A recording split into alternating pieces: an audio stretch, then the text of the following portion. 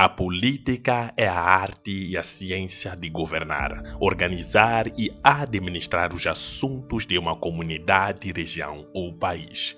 Ela desempenha um papel crucial no mundo, pois molda as estruturas sociais, econômicas e culturais que determinam a qualidade de vida das pessoas.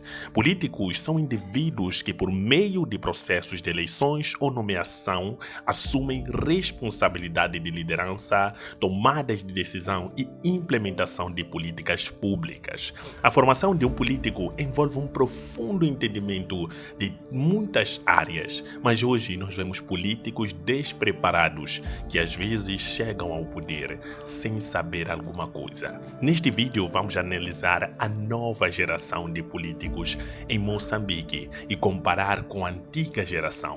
Por favor, vejam o vídeo e percebam o contexto para poder comentar da melhor forma possível.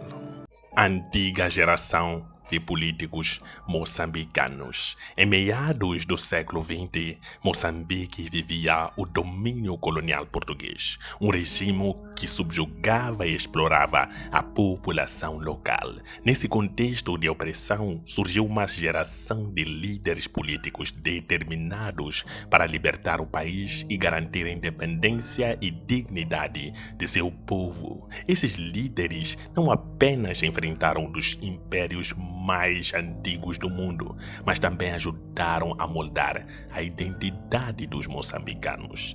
E existem vários nomes envolvidos nessa luta pela libertação. 1. Eduardo Mondlane. Entre os nomes mais estabelecidos dessa luta está Eduardo Mondlane, um intelectual e ativista que se destacou como fundador da Frente de Libertação de Moçambique, a Frelimo, em 1962. Mondlane, com a sua formação acadêmica adquirida nos Estados Unidos e uma visão clara de um Moçambique livre e unificado, desempenhou um papel central na organização do movimento de resistência contra a ocupação portuguesa. Ele acreditou firmemente na importância da educação e do desenvolvimento social como pilares da sociedade moçambicana. Mas Mondlane infelizmente se foi e de seguida veio um jovem que estava com muita energia. Samora Machel.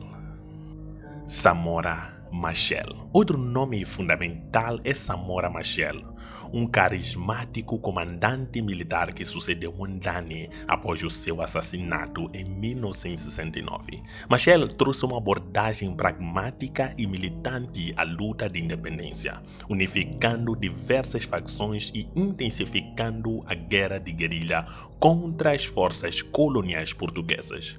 Sua liderança culminou na independência de Moçambique em 25 de junho de 1975. A luta pela independência de Moçambique foi marcada por estratégias de guerrilha, mobilização popular e esforços diplomáticos.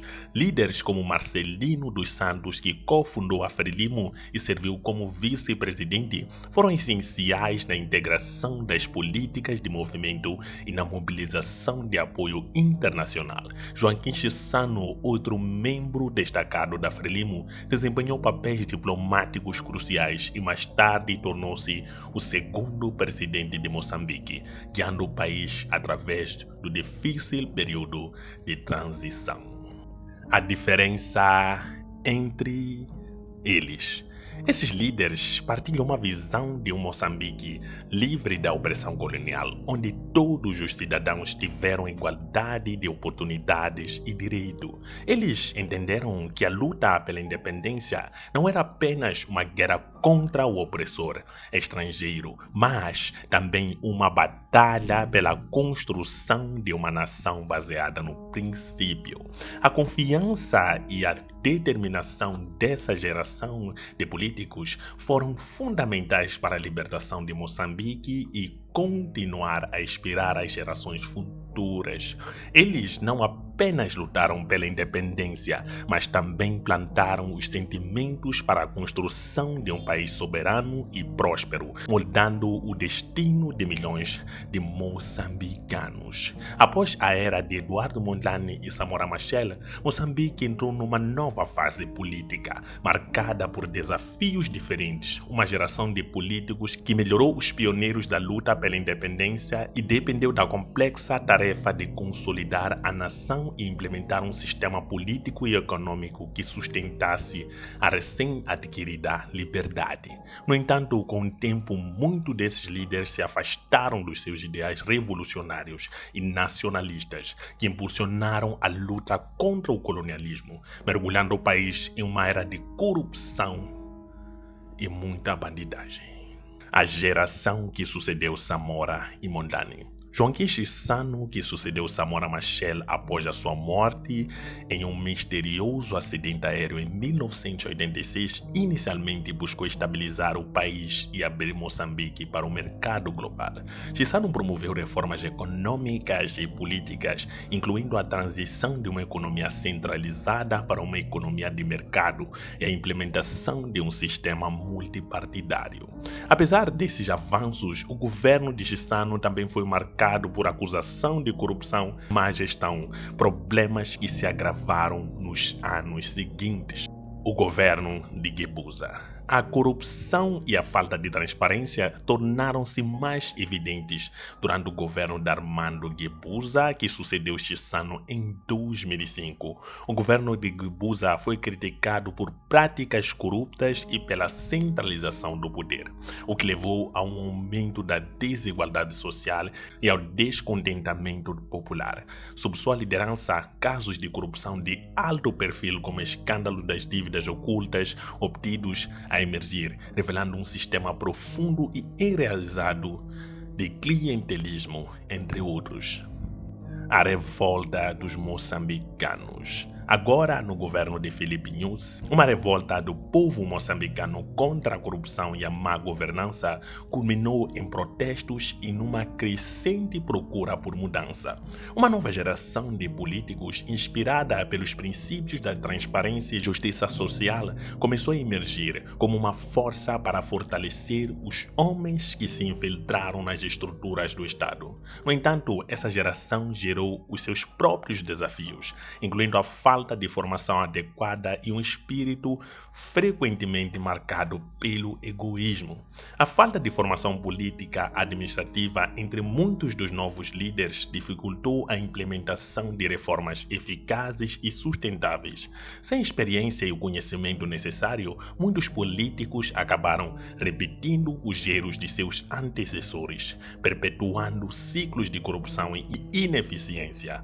Além disso, a ausência de um compromisso genuíno com o bem-estar público e o desenvolvimento do país dificultam todo o sistema, sem contar o egoísmo.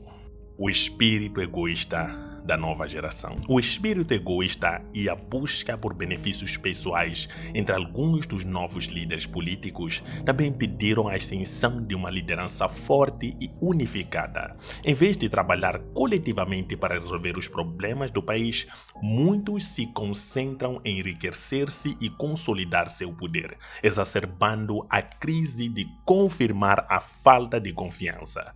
No entanto, apesar desses obstáculos, existem sinais de esperança.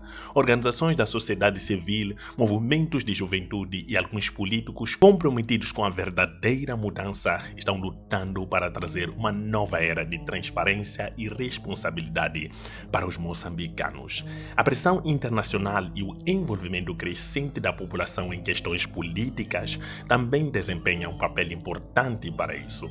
A história recente de Moçambique é um lembrete poderoso de que a luta pela independência e pela justiça social é contínua, assim como a geração de Mondlane e Machel teve que enfrentar o colonialismo com coragem e determinação. Uma nova geração de moçambicanos deve enfrentar a corrupção e a má governança com a mesma resolução. A construção de um Moçambique justo e próspero requer líderes que coloquem o bem-estar do país acima de seus interesses pessoais e uma população vigilante e engajada que exige a responsabilidade e transparência dos novos políticos. Vamos prestar atenção nessa nova geração, que ela não se perca na embriaguez do poder.